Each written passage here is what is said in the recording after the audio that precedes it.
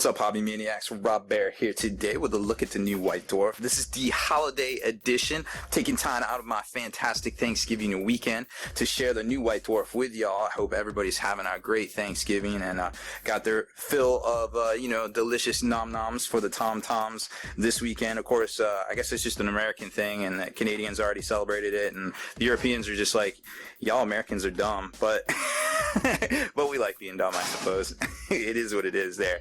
So anyways, taking a quick look at the new White Dwarf. It's a little light on 40k, but it's got some great hobby articles. Of course, the new look at Archaon himself and his new mount, which is kind of reflective of the Chaos powers minus Slaanesh, because apparently Slaanesh ran off and got killed or taken away, or we're not exactly sure, but Slaanesh is dead / gone / missing. It's been 24 hours. We need to report him, her, it missing, I suppose.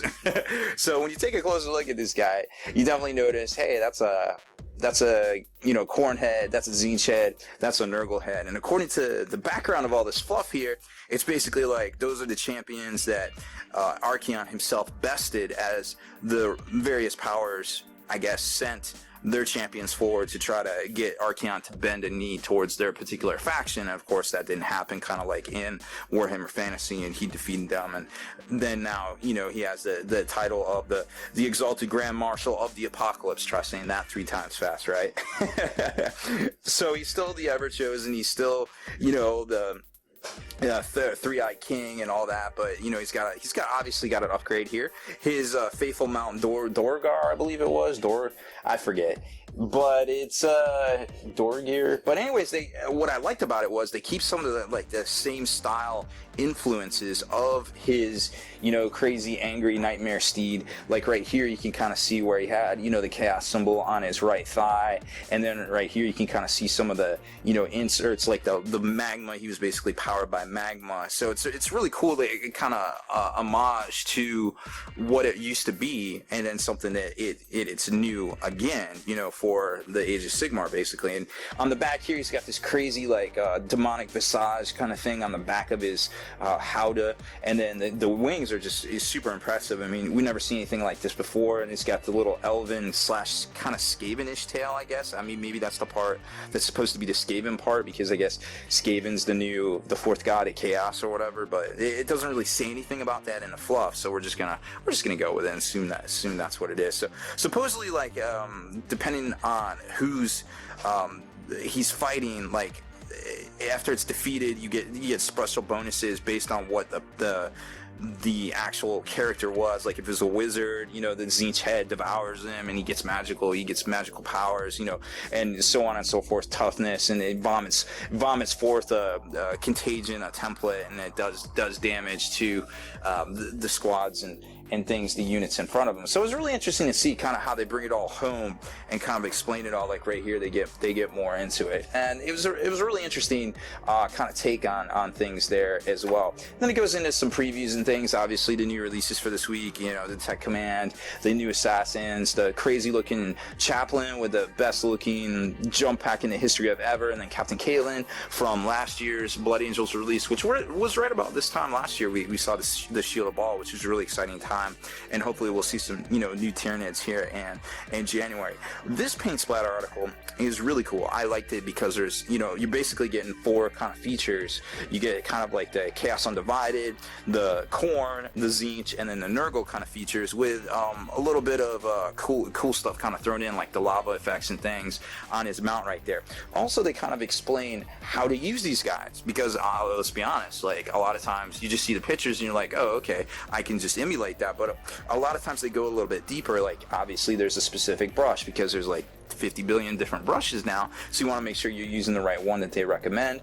And then just kind of different pointers and things like that, like how to examine it, because sometimes you're doing a dry brush, sometimes you're not. It's just it's reading comprehension, of course, but there's also some tips in there too that's very important to see as well.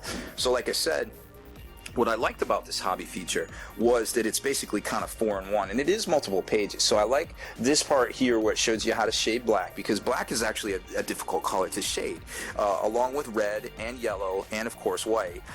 Yellow and red probably being the worst to shade, white obviously being the presence or the absence of all colors, black being the presence of all colors, or vice versa, however you want to take it. You know, people interpret it different. Glass empty, half full, all that. But at the end of the day, those are the four colors that are most difficult to paint, I feel like, you know, across the spectrum. And, you know, with blacks, you always want to highlight with gray. You want to highlight up with gray. With whites, you want to go in reverse. You want to highlight or, I guess, basically shade with gray.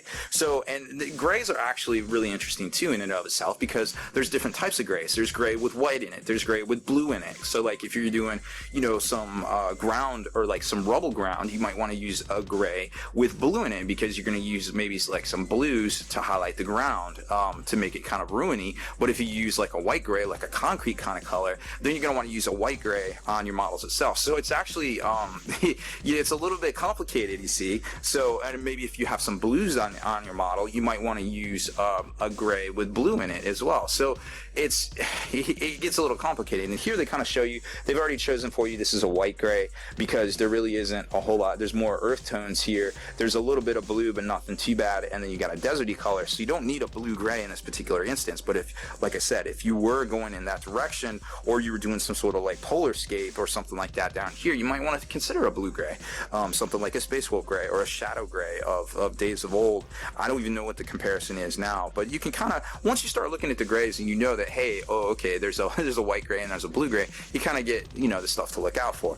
Also with reds, there's a brown red, there's a purple red. You know what I'm saying? Like it actually, if you want to get super serious about painting, grab you a color wheel. You can download one off the internet. You can go to Michael's and get one. It's got the little spinny thing, and you can kind of see how the colors interact, you know, the colors across from each other, colors next to each other, complementary colors, etc. And it's really interesting to see. It would really open up your eyes if you haven't been classically trained on a lot of these, you know, color theory and, you know, spot colors and things like that, complementary colors. It's almost like the five colors of magic. Like you look on the back of a magic card and they're opposed to each other. It's very similar actually, in how they interact, the colors in the game of Magic, actually, to how colors interact in, you know, real life and mediums and things like that. But I digress. Way off on a tangent there. I just wanted to, you know, just kind of make a little bit of a point, some things to think about when you're going to select your colors.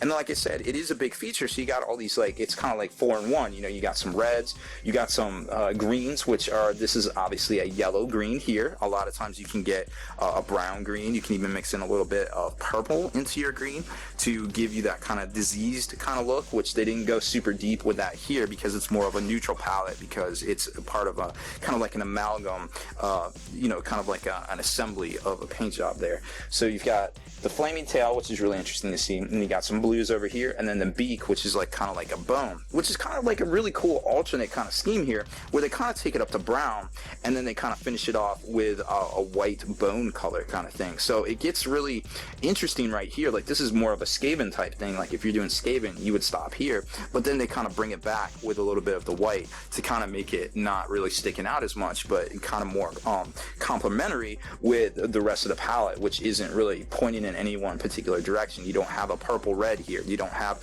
a purple or brown here. You don't have, you know, a gray or anything in this blue. So it's all very neutral. It's a very neutral palette, and it all works very well together. You know, and that being said, you know, say you want to paint some Alpha Legion guys, you could totally use this blue right here, and you could trim it with either of these, this green or this kind of red palette, and it wouldn't be overpowering. And then you could use some other colors like some purples and things to kind of like contrast around it, or even like your golds, and you can do some of that vanilla oxide and kind of things in there. So it's you could actually do quite a bit with this particular color scheme here for a whole broad range of different models across, you know, the Citadel line. And then you've got these the bone theory here, and they also didn't really take it up to brown or anything, but they kind of showed you, you know, through the use of some dry brushing, some washes, and then kind of bringing it back up. But they didn't use the same color here. They used a witch flesh, which really, you know, it's not a bone. You know, it's technically a flesh. But once you start, you know, doing these layers and things, obviously things appear differently. It's that whole thing where if you take a white model and you take a wash, or I guess they call them the what is it, the not the glazes, but they I forget what they, shades. You take a shade now and you put it over a white model, and then you wait for it to dry, and then you dry brush it white, it will be kind of like an appreciated model almost. So it's the same kind of theory right here as well. Then you got some dark metals and some more reds right here, which don't really point in any one direction. They kind of stack on themselves. And then the sword as well, which is a really interesting kind of orange. This would work great for like fire dragons. This would work great for highlight colors on salamanders. You know, it's just a really cool palette how it all kind of goes together.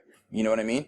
So, and there's some more expert advice. Obviously, they're telling you to check out Warhammer TV. You know, Duncan Rhodes has some really great tutorials over there. Don't agree with everything he does, but it's great basic advice and tutorials and things. You definitely owe it to yourself to check out the Warhammer TV channel. And then obviously there's a ton of painters all over YouTube themselves. You know, obviously I have a few tutorials on there here on Spiky Bits. You know, Kenny Boucher over at Next Level Painting. There's literally tons. I mean, just check out our basically our videos, our channels that we've subscribed to, because there's a lot of great starting places there that you can check out. And then there's a couple of parade ground kind of features, just about, you know, just different models and things, just trying to kind of slide some 40K into this issue, because it is kind of primarily Age of Sigmar. And then it goes into the Everchosen, like kind of some background and things, you know, Archaon playing the 1s and 2s up there, you know, spinning some EDM music, kind of talking about like blowing up the worlds and kind of what he's doing now, and the gates to the all point. And then here's his actual rules right here. Archaon, in case you didn't know, is a bad mamma jamma. Not even Sigmar can stand up to him in combat, and it's really reflected in his stats. And I'll just leave these up here so you can check it out.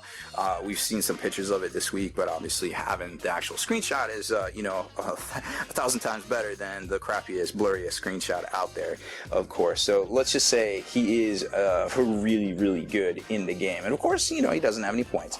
There's a closer look at the Archaon model itself, and there's another kind of, where is it? Oh, here it is. This kind of shows you the assembly, kind of like Nagash, how you can assemble it in a stage, leaving the heads off because you want to paint these to 3 different colors. But you obviously want to be very careful gluing this sort of thing on. And there's Archaon's Howdah and the little leering kind of demonic visage that goes on the back right there. So it's really interesting to see kind of how it all goes together and how it all works. It's obviously a very big model on a nice round base there as well.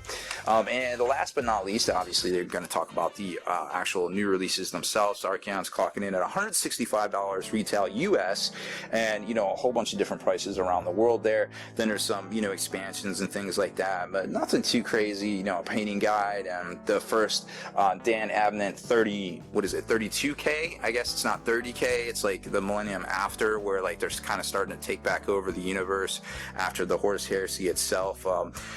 Personally, I don't get why they're not focusing their attention on the Horus Heresy book series itself. You know, there's like 35 books, maybe 30, maybe even 39 books now. I've kind of missed a few in between, but I feel like they really need to start kind of working on that line there, because it's starting to get, you know, when are we going to see the Siege of Terra? When are we going to see, you know, all this other stuff? I don't know, but whatever. It's cool in the fact that maybe that could be a tie-in with like, hey, you can play your Xenos, and hey, you can play, you know, all this other stuff in Horus Heresy. If they ever wanted to drop an expansion, this would be basically like the framework to where they could do that. And then the teaser for next week, From the Variant Spine They Come, the Champions of Chaos. So there's probably going to be more Chaos for next week, releases and things like that. They don't really show anything new, but who knows, maybe it's just a re-release. It is kind of worrisome that the Advent Calendar 2015 call it Chaos. We know that the Advent Calendar will come out next week. Obviously, December 1st is Tuesday. So that's usually the kickoff of the Advent Calendar. And there's some new rules and new previews every day until Christmas Day, I believe. So that's 25 new chances to get new rules and all sorts of different things. And with the way things are going right now at Games Workshop and the new CEO, who knows what we'll see in the middle of all that, because we really could see some crazy shakeups and crazy things in general, I feel like. But it's a great, really fun and exciting time for the hobby. I can't think of any time that I have been more excited to be a part of this hobby. So it's really exciting, and I can't wait to see what comes next in December and January and Q1, and what they do with the Horus Heresy from here, and what we get new for 40K. It's just a really exciting time. So again, I hope you enjoyed my video review of the new White Dwarf 96, showcasing the new Archaon model for release December, I guess that would be December 5th, 2015.